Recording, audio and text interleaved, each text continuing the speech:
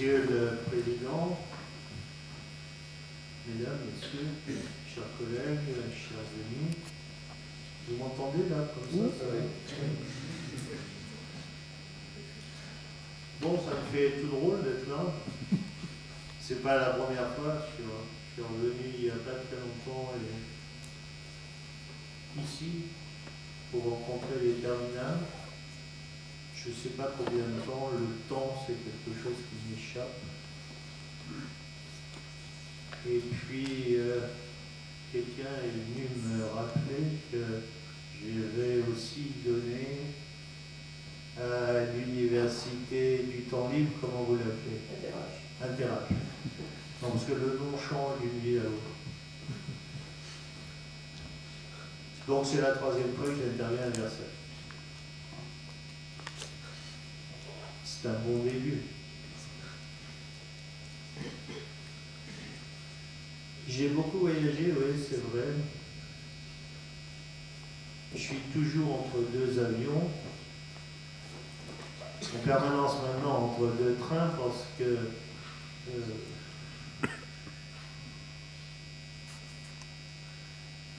je continue mes activités telles qu'elles étaient, telles qu'elles ont été. C'est, je ne sais pas, 50 dernières années. Simplement parce que j'ai enlevé le mot retraite de mon vocabulaire. Ça m'a permis d'avoir une dénomination binominale de type linéaire, comme en sciences nat, pour les animaux ou les plantes. Je suis devenu éméritus.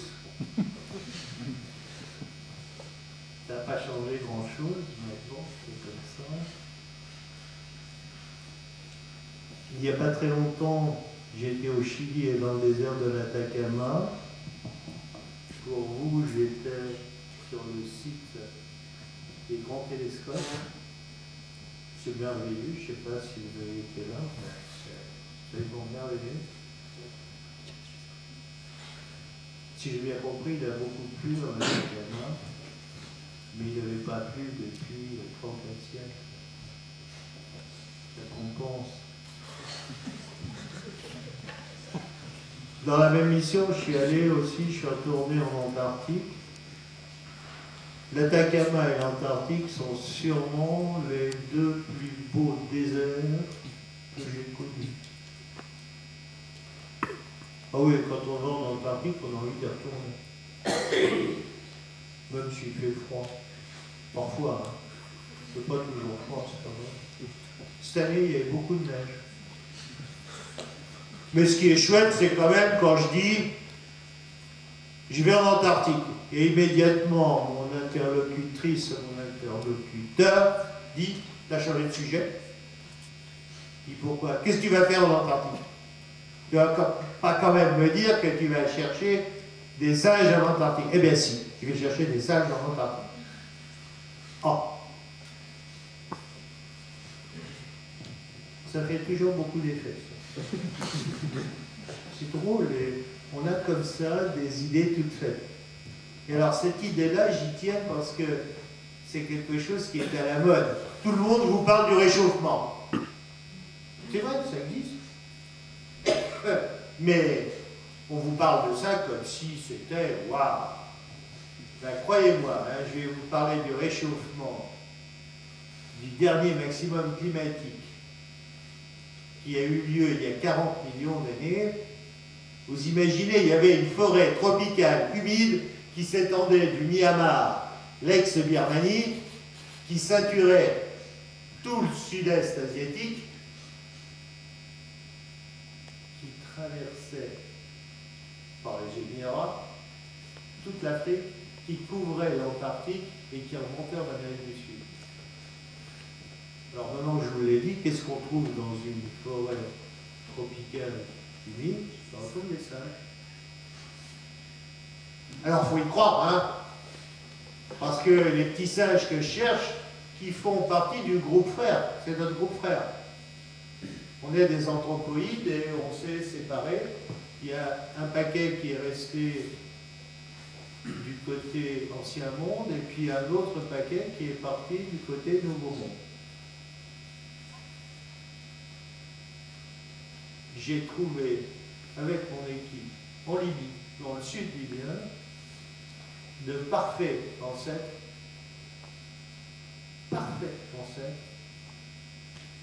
pour les singes d'Amérique du Sud. À 40 millions, au moment du maximum climatique. Ce sont des animaux qui font entre 2 et 5 kilos. Il y en a quelques-uns qui sont plus gros, à peine 10 kilos. Ça vous fait des dents dont la longueur est de l'ordre du millimètre, 2 millimètres.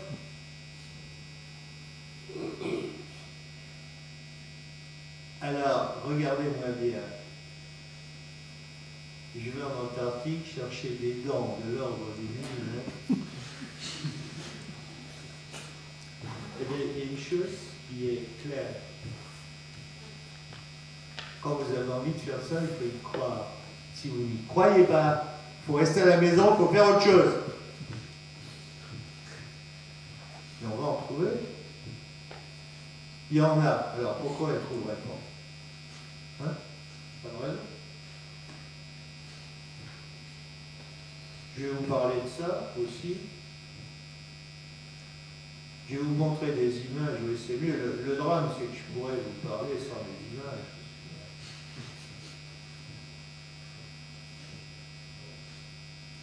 Ah oui, il y a le titre. Je voulais vous parler du titre aussi. Le titre, vous ne l'avez pas trouvé très bien. C'est fait pour ça. Il faut, de temps en temps, pour récolter, il faut secouer les arbres. Globalement.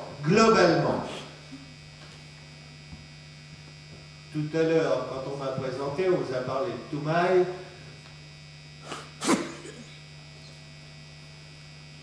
« 7 millions d'années, ça vous fait ni chaud ni froid. 7 millions d'années, d'ailleurs, vous ne savez pas ce que c'est, moi non plus. Et je dis souvent aux pétroliers, je ne sais pas s'il y en a dans la salle, vous parlez en millions de dollars, je vois plus, vous ne savez pas ce que ça représente, vous ne pouvez pas avoir dit ça. Moi je parle en millions d'années, je ne sais pas non plus ce que ça représente. Toujours est-il que Toumaï, c'est le plus ancien d'entre nous.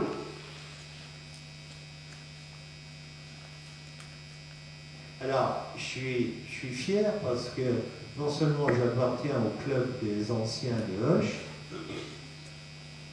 mais je suis le père scientifique du plus ancien d'entre nous. Ah ouais. C'est bien pour le club aussi. Hein. Et oui. Alors je ne sais pas combien de temps ça va durer, mais je trouve que ça dure longtemps parce qu'on l'a trouvé en 2001, j'étais persuadé que quelques années après, eh ben non, il est toujours là. Hein. Bon. Mais vous les jeunes, hein, il y a encore à faire.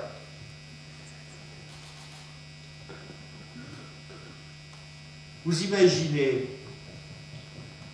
que pendant la plus grande partie de notre histoire, on a cru qu'on n'avait pas d'histoire. Ouais. Là, d'un seul coup, je vous dis, on a au moins 7 millions d'années d'histoire, ça vous va. Ça ne vous dérange pas. Tout le monde est resté calme.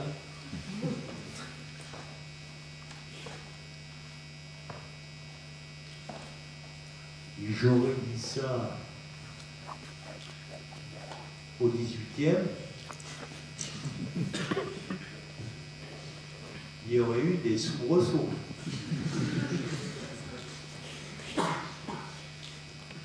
Vous imaginez que les premiers hommes fossiles qu'on a trouvés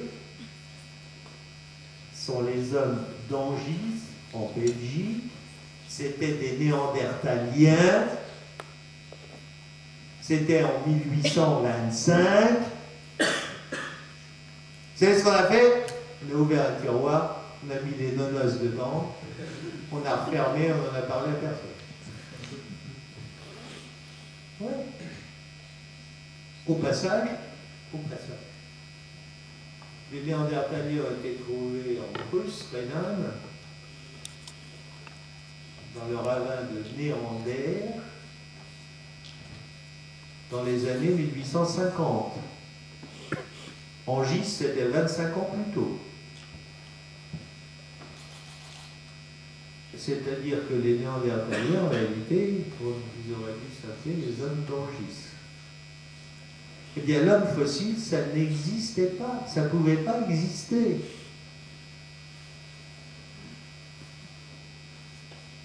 Vous imaginez, on est dans les années 1850, hein, c'est tout récent. Et dans notre psychisme, c'est tellement récent qu'on est un peu comme ces manchots que vous voyez dans les terrostrins et qui n'ont pas intégré le danger qu'on représente pour eux. Bon, là, c'est pareil, on n'a pas tout intégré. Hein. On est très loin d'avoir tout intégré. Et de cette remarque, je glisserai à la seconde ligne du titre, mieux connaître le passé pour apprendre à mieux construire l'avenir. Je pense qu'il y a là une réflexion importante. Je participe depuis plusieurs années à des congrès sur le futur et je suis frappé par la méconnaissance que mes collègues ont du passé. Ça peut servir, par exemple, d'avoir une certaine idée des climats du passé pour essayer de mieux comprendre ce qui nous attend.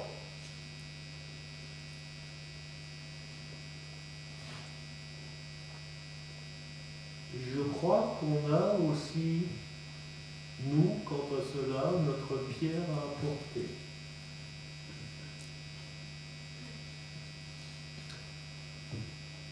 Les deux lignes suivantes, ça, c'est une manie que j'ai acquise au cours d'un certain nombre de décennies de recherche et d'enseignement. J'ai rencontré trop de collègues, trop d'amis, de gens qui n'osent pas dire « je ne sais pas ». On ne sait pas. Je crois que ça, c'est important. C'est important de dire on ne sait pas. Alors, il y a je ne sais pas. Si vous voulez, on va aller à la bibliothèque, on va chercher à la bibliothèque. Non, c'est une réflexion d'ancien, ça, mais je suis dans le cadre du club des anciens. On va prendre un ordinateur et on va chercher. Et puis il y a on ne sait pas, ben, personne ne trouvera. Pour le moment, ça fait partie des choses qu'on ne connaît pas, qu'on ne sait pas. Et je crois que vis-à-vis des jeunes, au niveau de l'enseignement, on ne les met pas assez souvent dans la situation de on ne sait pas. On ne sait pas. Naturellement, tous les jeunes qui sont là, vous aurez la possibilité tout à l'heure de me dire que je me trompe et que, de manière très classique, on vous met dans cette situation-là. Je ne le crois pas, mais peut-être que je me trompe. Ce qui voudrait dire que les temps ont beaucoup changé, et ceci récemment.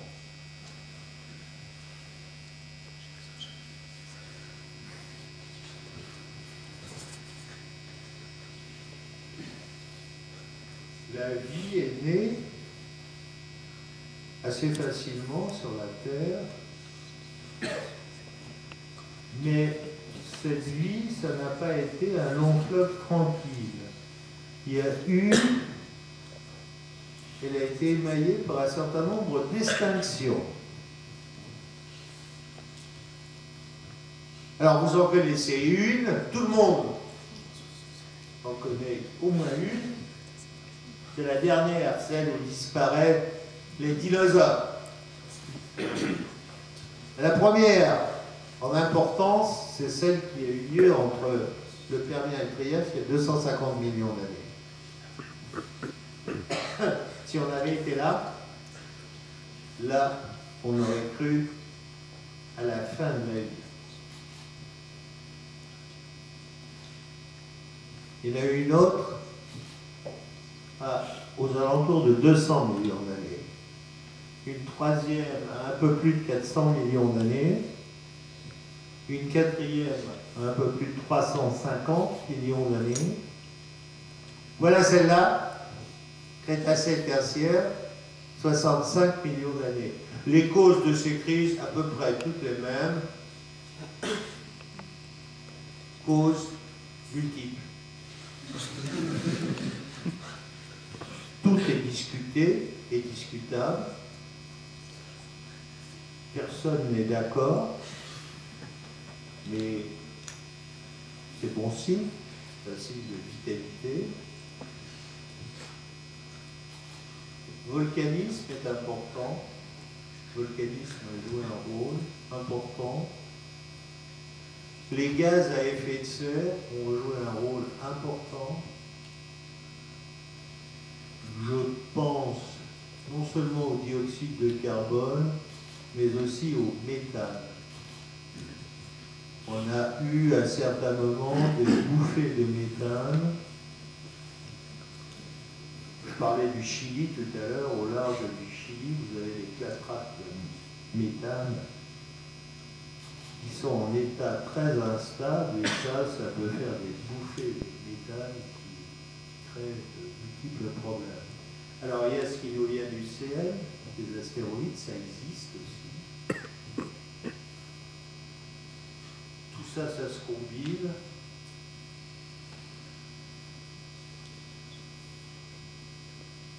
Alors j'entends ici ou là des gens qui disent qu'on est en route pour la 6e extinction. Cette 6e extinction, elle aurait quelque chose de nouveau si elle voit le jour.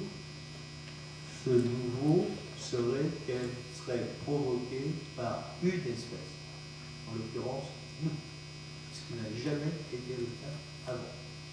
Jamais. De ça, on pourrait parler, et là encore, tout le monde n'est pas d'accord.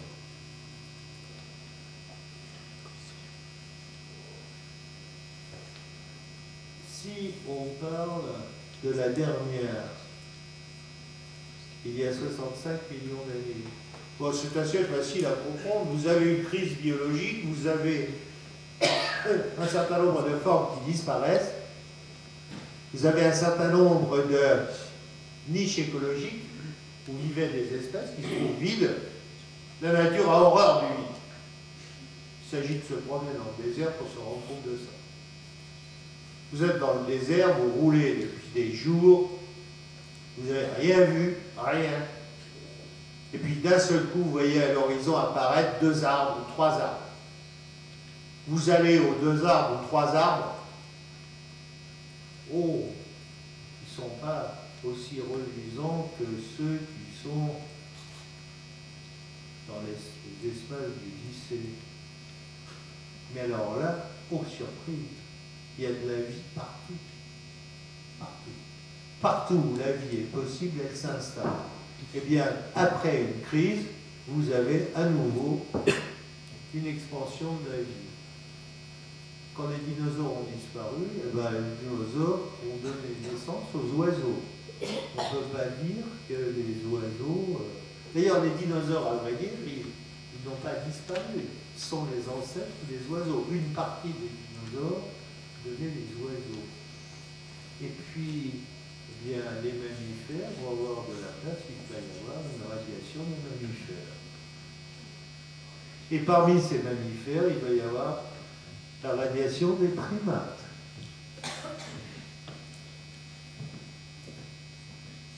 Et à chaque fois, vous voyez, on a l'impression que il faut que la vie soit mise en péril pour qu'elle reparte. Ça se présente toujours comme ça.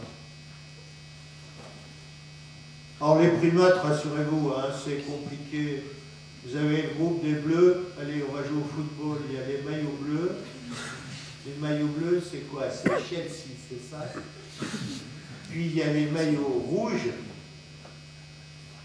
Alors les maillots bleus, ils n'ont rien à voir avec nous, ce sont les lémuriens, on s'occupe pas d'eux. Hein. D'accord? Vous voyez, ça apparaît très tôt, hein, on les connaît aux alentours un peu après 65 millions d'années. Et eh bien, le groupe important sont les anthropoïdes, c'est-à-dire tout ça. Et dans ces anthropoïdes, il y a deux groupes actuels qui restent, les singes de l'ancien monde, nous appartenons à ce groupe, et les singes du Nouveau Monde. Alors, quand je vous dis ce que l'on sait, ce que l'on ne sait pas, vous vous rendez compte qu'à l'heure actuelle, par exemple, si vous me demandez, mais d'où viennent les singes, les anthropoïdes du Nouveau Monde, au passage, vous voyez que c'est le groupe frère du nôtre. Et la personne ne sait. On ne sait pas. On ne sait pas. Alors, j'ai une hypothèse et je vais essayer de vérifier cette hypothèse sur le terrain. Ça va peut-être me demander un certain temps. Je n'ai qu'une certitude, c'est que pour la vérifier sur le terrain, il ne faut pas que ça me demande une vingtaine d'années. Il faut que ça soit plus court que ça.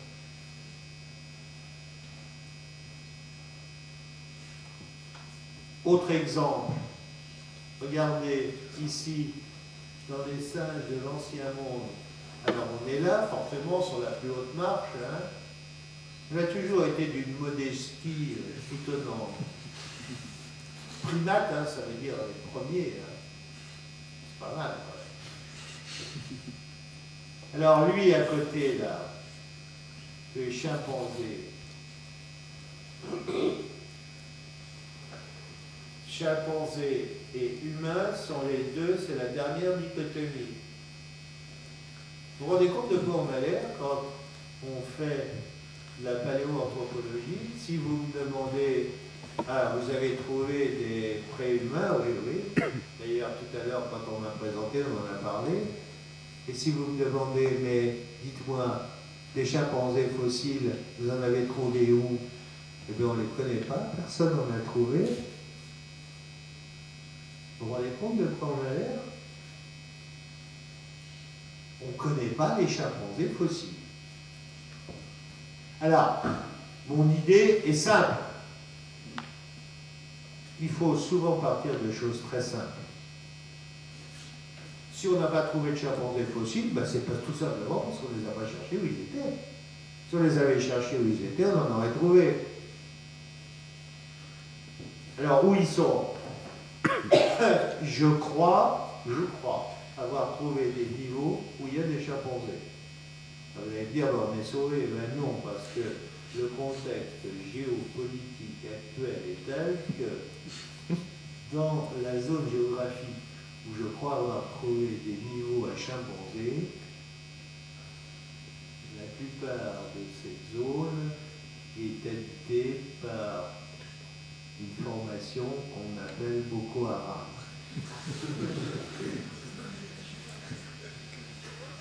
Donc, il vaut mieux attendre.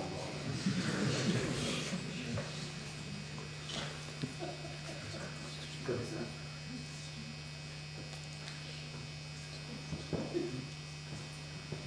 Voilà l'allure de cette petite bête qu'on a trouvée en Libye. Et ce qui est extraordinaire, c'est qu'au milieu de ces anthropoïdes libyens, du sud libyen, on a trouvé des dents de rongeurs sud-américaines. Ouais, typiquement sud-américaines. Il y a eu des échanges. Je fais le pari que, et on a les mêmes au Myanmar, l'ex-Birmanie. Je fais le pari que ces bêtes-là ont migré de Birmanie via la Chine méridionale, la Birmanie, la Chine méridionale, c'est passé, ça a traversé l'Asie, c'est arrivé par la plaque arabique, c'est passé en Afrique, on les a en Libye. À cette époque-là, c'est assez facile, il y a des îles pas mal, on passe à l'Antarctique, et puis l'Antarctique, on remonte en Amérique du Sud. Alors on remonte par l'Argentine actuelle et le Chili actuel. Je suis du côté chilien.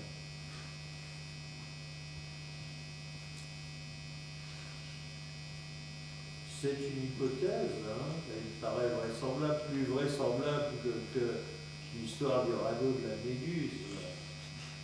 Il y a des collègues qui ont publié que ces petits singes avaient pris un radeau naturel dans le golfe de Guinée et avaient traversé l'Atlantique sur un radeau naturel pour rejoindre les côtes brésiliennes.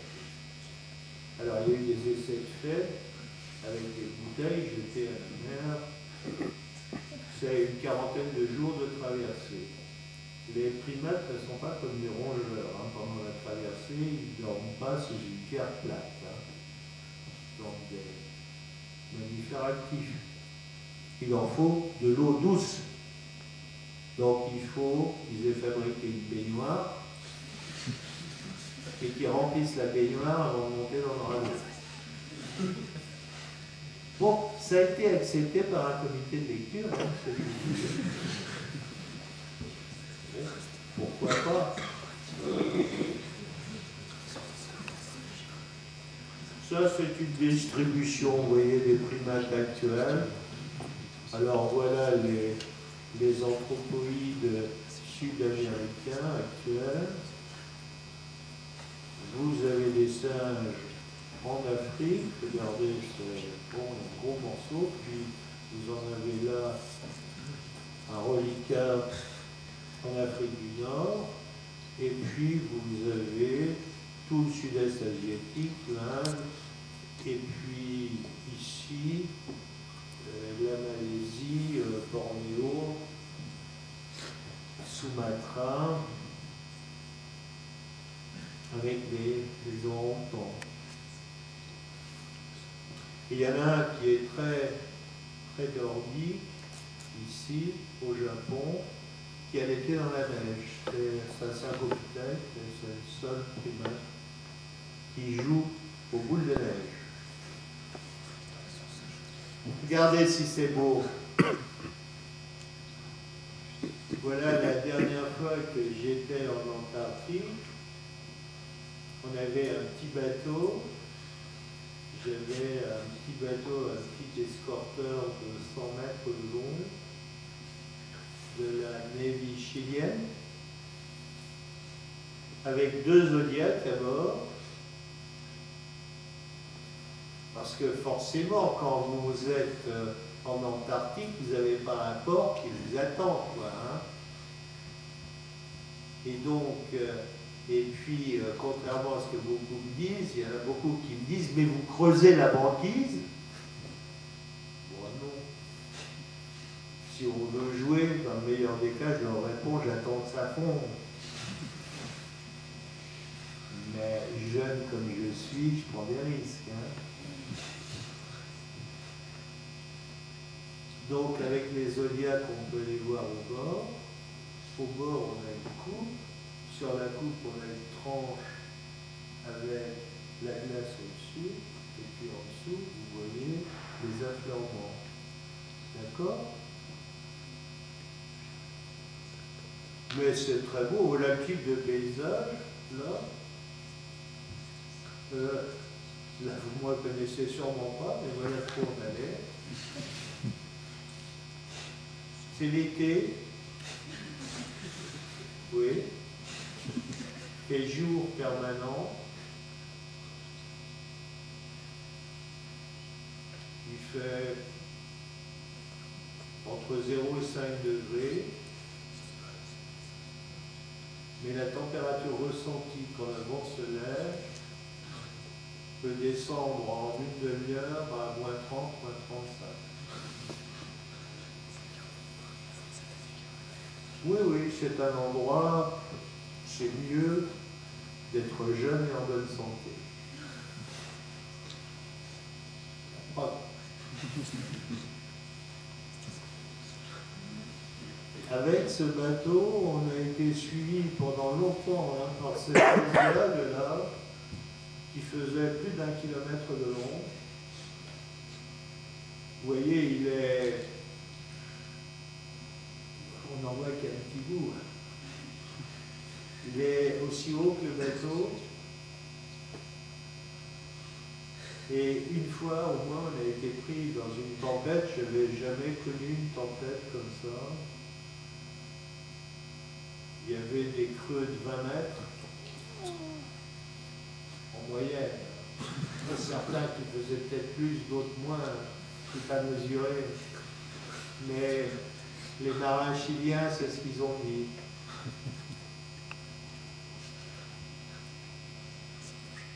Bon. La chose qui m'a le plus surpris, c'est que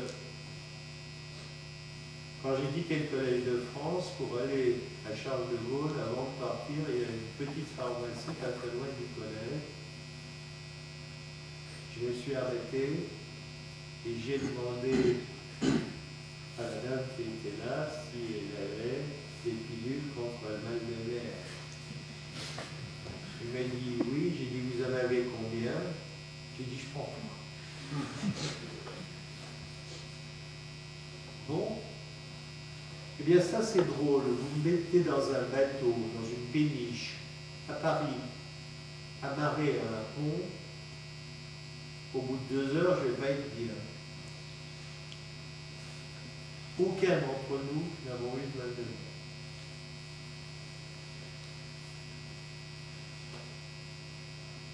Je ne sais pas, ça se passe peut-être uniquement là.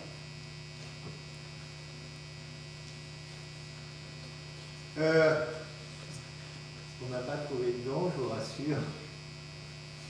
Mais si vous regardez bien, on a trouvé des feuilles. Et ces feuilles, je ne sais pas si vous les voyez.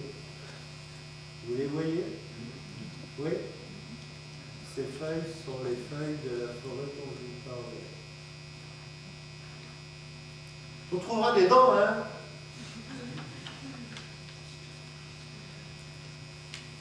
Imaginez, je suis habitué, imaginez, je suis parti un jour en Afghanistan, à Kaboul, parce que les Américains avaient trouvé le berceau de l'humanité au Pakistan. Et j'avais regardé sur des photos satellites, il y avait les mêmes formations en Afghanistan. C'est le moment où le président de la République française, Georges Pompidou, avait construit le lycée Istiklal, le lycée français à Kaboul. On avait des relations diplomatiques, c'était formidable.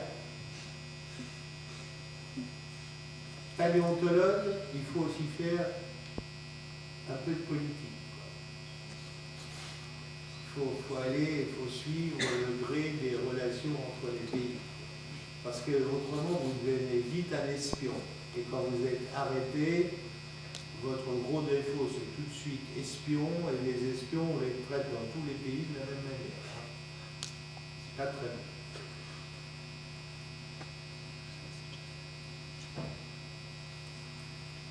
Et puis, à Kaboul, on s'est rendu compte qu'on ne trouverait jamais. On avait trouvé plein de fossiles, mais pas les bons. On a quitté Kaboul, il y a eu la guerre. J'étais à Kaboul au premier coup d'État. La première nuit du coup d'État, il y a eu 20 000 morts dans la ville quand même. Oui, ça faisait. Mais c'est le seul. Il y avait un combat aérien, c'était extraordinaire. Hein. Je ne sais pas si vous connaissez Kaboul, mais Kaboul, c'est une ville qui est à 2000 mètres, 2005, une cuvette, et vous avez de la petite montagne qui culmine à 7000 autour. Et vous imaginez les MiG et les Sukhoi arrivant à un peu plus de 7000, en piqué dans le trou. C'était. Alors il y en a qui lançaient des roquettes, il y en a d'autres qui avaient des 12-7 explosifs. On a eu droit à une rafale de 12-7 explosifs. Je me souviens, c'était la mission permanente numéro 1 du CNRS, le temple de la science française. Dans cette vieille maison, on avait des poutres qui étaient comme ça. Eh bien, une 12-7 dans une poutre, la poutre est coupée. On était complètement fous, on était 6 ou 7 là, et pour que ce soit plus joli, on s'était mis aux premières loges, sur la terrasse, au-dessus, sur le toit. Et puis à un moment est arrivé ce qui devait arriver. Quand ils avaient fini leur travail, ils repartaient. On s'est fait repérer, et il y en a un qui a lâché une rafale. Ben, c'est extraordinaire, aucun d'entre nous a été blessé. C'est pas le jour. De Kaboul, je suis passé au Pakistan avec les Américains, et du Pakistan, je suis parti en Afrique. Et comme en Afrique, tout le monde cherchait à l'est ou au sud, et que je n'ai jamais cherché derrière les collègues, alors courant après, ou en essayant de trouver ma place, je suis allé à l'ouest du Rift, là où personne ne cherche. Alors c'est extraordinaire ça aussi, écoutez bien les jeunes.